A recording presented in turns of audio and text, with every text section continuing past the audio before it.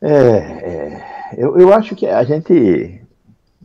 Eu já estou com meus 70 anos, né? Então eu entendo um pouco dessa surpresa toda, porque é um somar de efeitos que a gente está vivendo, né? Essas informações, elas há muito tempo interessam ao comércio. Eu comecei a trabalhar com vigilância sanitária em 1998. Em 1998, as farmácias já vendiam essa informação para duas grandes empresas que fazem coleta dessas informações e entregam essas informações para a indústria farmacêutica. A indústria farmacêutica baliza suas vendas, seus preços, por essas informações que são passadas para as farmácias, são consolidadas por essas empresas que trabalham com dados para a indústria farmacêutica. É óbvio que, de vez em quando, também o governo vai lá e pega os dados dessa. O compromisso das empresas, dessas empresas que coletam esses dados, é não entregar para o governo. Mas o governo acaba tendo acesso a esses dados por vias transversas. Mas esses dados sempre foram coletados, aqui no Brasil e fora do Brasil. Agora, o uso deles é que era diferente. Orientar a indústria é uma coisa mais sadia do que orientar quem vende carro. É uma discussão interessante. Até agora, essa discussão nunca teve espaço para ser realizada. Aí, de repente, o instrumental de processamento desses dados e de venda desses dados se transformou muito com essa explosão do uso de computadores, de tecnologia da informação, inteligência artificial, machine learning, enfim, essa transformação no mundo digital e essa exposição das pessoas a partir de grupos que querem vender coisas e conseguiram enxergar através, por exemplo, de se está grávida, se não está grávida, se toma pílula, se não toma pílula, diversas possibilidades de aumentar suas vendas. É um mundo novo e é um mundo distópico. E esse mundo novo e esse mundo distópico exige novas atitudes, né? A Lei Geral de Proteção de Dados, enfim, tem coisas que nós vamos ter que atualizar, já deveríamos ter atualizado, mas precisamos da Amanda para fazer esse alerta à Mas não é população. proibido, doutor Gonzalo? É isso que eu fico pensando, porque isso é uma questão, claro, que a gente tem que falar da lei de proteção de Depende dados, a de Amanda traz como. isso na reportagem, mas do ponto de vista de saúde, isso não é proibido? Essa intimidade do histórico de saúde do paciente? Veja, esse dado é um dado que está sendo coletado. Eu não sei quando começou. Eu sei que quando eu comecei a mexer com vigilância sanitária, 1998, isso já era coletado e era passado para as indústrias. É um dado que a farmácia capta e a farmácia passa para a indústria. Isso permite à indústria conhecer o mercado de varejo. Além do mercado de varejo, tem o mercado institucional, compra de medicamentos por hospitais, que a indústria também acompanha. Então, a indústria quer saber o que está acontecendo, quem está comprando o quê. O nome do paciente pode ser revelado nessa atividade quando tem uma receita médica. Quando não tem receita médica, o nome não será revelado. A maioria das compras são feitas sem receita médica, mas mesmo assim existe um componente importante de receita médica, porque tem muitos medicamentos que só são vendidos exclusivamente com receita. Então, esse dado sempre foi um dado sigiloso e que não deve ser revelado. O nome do paciente que compra um determinado medicamento. O cara está comprando um remédio para AIDS, o cara está comprando um remédio para tratar uma doença um pouco mais E complicada, uma demência, um negócio desse. Então, esses dados são sigilosos e não deveriam ser passados. Eu não sei se são esses você dados. sabe, O dado Amanda? da receita médica está sendo Você sabe se, transmitido. se esses dados são protegidos de certa maneira, não? Ou nada é protegido, Amanda? Ó, gente, eu imprimi. Esse aqui são os meus dados na Raia Drogasil. São 39 páginas. Aqui tem tudo. O remédio que eu comprei, o dia que eu comprei, em que lugar eu comprei, o preço que eu paguei, o desconto, suposto desconto que eles me deram em troca dos meus dados pessoais. Então, como é que funciona essa venda dos dados para anúncio?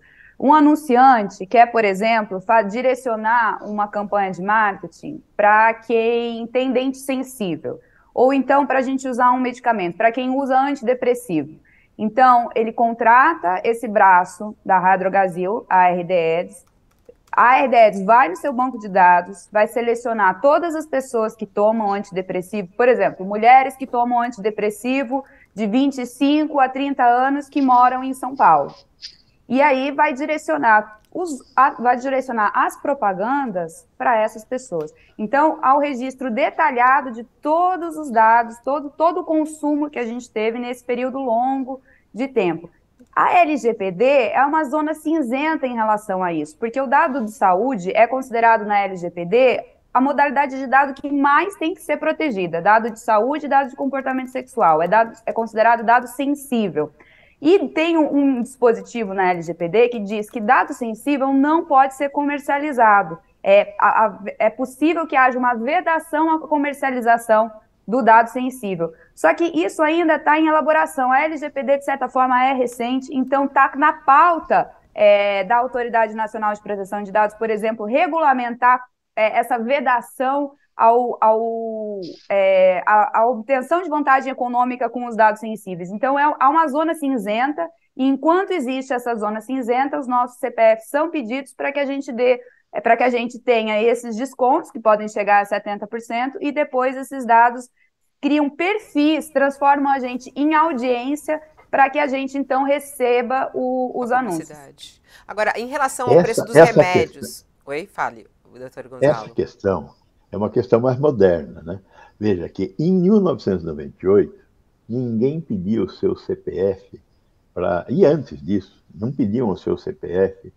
Esse negócio de CPF começou a vir quando as farmácias começaram a aumentar a sua competição e quiseram criar novos elementos para vincular o cliente à farmácia. O CPF é um vinculador de cliente à farmácia. Essa é uma discussão que a vigilância sanitária já travou no passado. É proibido incentivar a compra de medicamentos. Então, uma coisa que era proibida é compre 2 e leve 3. Porque se eu preciso de 2, eu não vou levar 3. Então, há uma luta constante da fiscalização de farmácias para impedir que a farmácia se transforme em um ponto comercial. A farmácia tem que ser um ponto de saúde pública e não um ponto comercial. Luta perdida, né, doutor Gonzalo? Luta perdida, porque elas viraram exatamente isso. Mas eu queria até tocar no assunto do preço dos remédios. A Amanda traz isso muito bem na reportagem e chamando a atenção que esses descontos são fantasiosos, né? Porque por que você dá o CPF lá? Você dá o CPF porque ele fala assim, a hora que... Eu fui na farmácia ontem, você chega lá, aí você fala, eu preciso do meu remédio. Aí ele pega e fala, o valor tá com o CPF tem desconto. Aí você fala, quanto que é o desconto? Não sei, me dá o seu CPF. É assim que funciona, você tem que dar o CPF. Aí você dá o CPF, quer dizer, já foi, né? Aí já foi. Aí o CPF já foi. Aí ele fala, olha, o remédio custa R$300. Com o CPF, sai por 150. Aí você fala, eu quero, pode pôr com o CPF. E assim vai. Vamos lá, doutor Vecina, como é que é a formação do preço desses remédios? São descontos mentirosos? É fake news? É desconto fake isso? Veja, o mercado de medicamentos é um mercado complexo e o que tem tabelado é o preço máximo ao consumidor. O preço máximo ao consumidor é uma ficção que nasceu do processo inflacionário brasileiro. Dado o processo inflacionário brasileiro, as indústrias se protegeram pondo um preço máximo elevado para caso exista um tabelamento, como existe um tabelamento, você tem um espaço grande para conseguir colocar o seu medicamento no varejo com um desconto que incentive o varejista a vender o seu remédio. Então, vocês não lembram, mas no tempo da CPI dos medicamentos, que nós tivemos isso lá no ano 2000, se discutia muito essa coisa do desconto, a dúzia de 10. Então, a indústria vende uma dúzia e cobra 10. Com isso, o farmacêutico pode, o dono da farmácia, pode fazer um desconto excepcional na sua farmácia. Então, esta indústria dá um desconto maior, eu vou vender mais o produto desta indústria. Esse comércio é um comércio que a Anvisa lutou muito para tentar controlar, para diminuir o aspecto comercial e melhorar o aspecto saúde pública nessa questão, mas nós, como você bem disse, perdemos a batalha. E eu acho que é hora de recuperar essa batalha.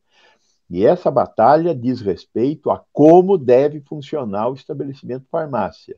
Hoje você tem farmácia vendendo ração de cachorro, tentando imitar as drogas que existem nos Estados Unidos, as vendedoras, as big lojas de vender de tudo nos Estados Unidos. A farmácia é um estabelecimento sanitário. Deveria vender exclusivamente produtos que interessam à saúde pública, eventualmente cosméticos, alguma coisa assim, sim, mas certamente nós estamos perdendo a batalha e estamos transformando a farmácia num estabelecimento exclusivamente comercial, exatamente, que quer agora fazer, está fazendo exames de laboratório, que quer dar consulta na farmácia, como tem no México, a consulta na farmácia. O sujeito tem um médico na farmácia que receita o remédio que vai ser vendido pela farmácia.